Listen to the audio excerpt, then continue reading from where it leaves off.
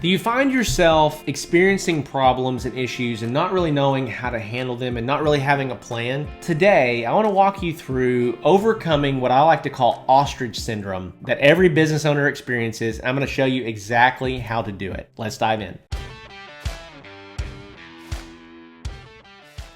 All right, well, as always, I say it every single time, but man, I am so grateful that you're here. I'm glad that you are spending some time with me, and hopefully this is encouraging you and helping you in your journey to build a woodworking business and do it in a way that's sustainable long term. And so I want to talk to you today around this concept that I like to call ostrich syndrome. I want to start by giving you a really cool kind of story and example of the difference between a cow and a buffalo. And you're like, okay, where are you going with this? Okay, so the way that a cow acts versus the way that a buffalo acts, specifically in response to storms. Let's say that a herd of cows are in a field grazing and they sense and see a storm blowing in. A cow is afraid of the storm. And what a cow will actually do is start walking away from the storm. They're trying to retreat from the storm. The difference between a cow and a buffalo is a buffalo looks and sees the storm coming. They also don't really love storms. Instead of retreating from the storm though, a buffalo will head directly into the storm. And the reason for this is because a buffalo understands that by addressing the storm that's blowing into its life or its environment, it's actually gonna, as the storm comes this direction and the buffalo goes into it, the amount of time that the buffalo is in the storm is gonna be shortened. Okay, so they're gonna experience the storm, but it's not gonna be as long or as brutal. However, with the cow retreating from the storm, and it can't move as quickly as the storm can, but the cow is leaving and retreating and the storm is blowing in, so the cow stays in the storm for a longer period of time than the buffalo does. Isn't this an interesting concept? I thought this was so wild when I first learned this. And so we are the same way when it comes to the storms in our life, when it comes to the storms in our business. If we choose to face it head on, we're gonna find ourselves experiencing the pain of the problem, but it's gonna be much less intense as opposed to we run away from the problem. And so I want to talk to you about this concept of ostrich syndrome. What is ostrich syndrome? Well, ostriches, at least in the cartoons when I was growing up, they would oftentimes have something scary happen around them and they would stick their head in the sand. Right? It's this idea that, man, if I just stick my head in the sand, maybe this thing around me that's bad will go away. And I'm using this as a cartoonish example, but this is what we all do. We all have experienced things that we think, if I don't look at it, it'll leave me alone. If I don't pay attention to it, it'll go away.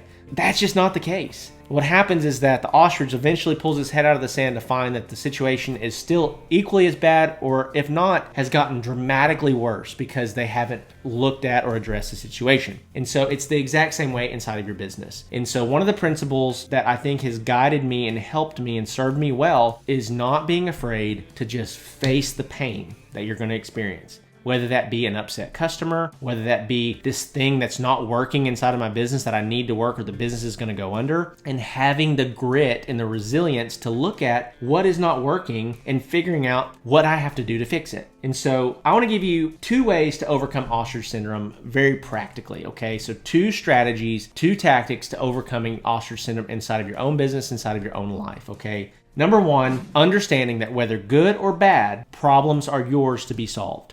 Whether they are good problems or bad problems are problems that have to be solved, and it is your job. You are the adult in the room, okay? It is your job to solve the problem. And this is one of the things that, man, I hate telling you this. I wish this wasn't the way it is, but it's the way that it is. Your problems inside of your business are yours to be solved.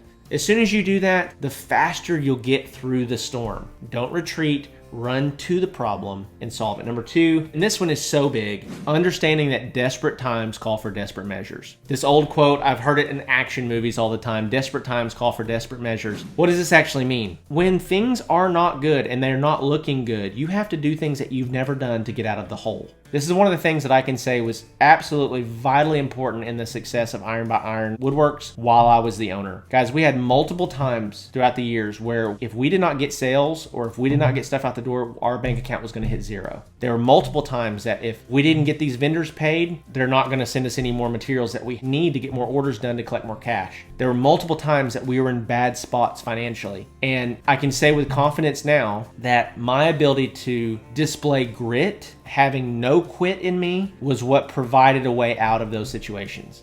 failure cannot be an option. Failure as far as big picture failure. Now, micro failure, you're going to make mistakes. You're going to screw stuff up. Things are going to go wrong. But when it comes to the whole thing failing, we were going to exhaust every single effort known to man before we failed. And I still feel that way today. Before I failed, before my marriage collapses, before my relationship with my kids collapses, before my business collapses, before any of those things fail, we're going to exhaust every effort known to man. If we find ourselves in desperate times, we're going to take desperate measures of action. And I think a lot of guys just go quietly into that good night.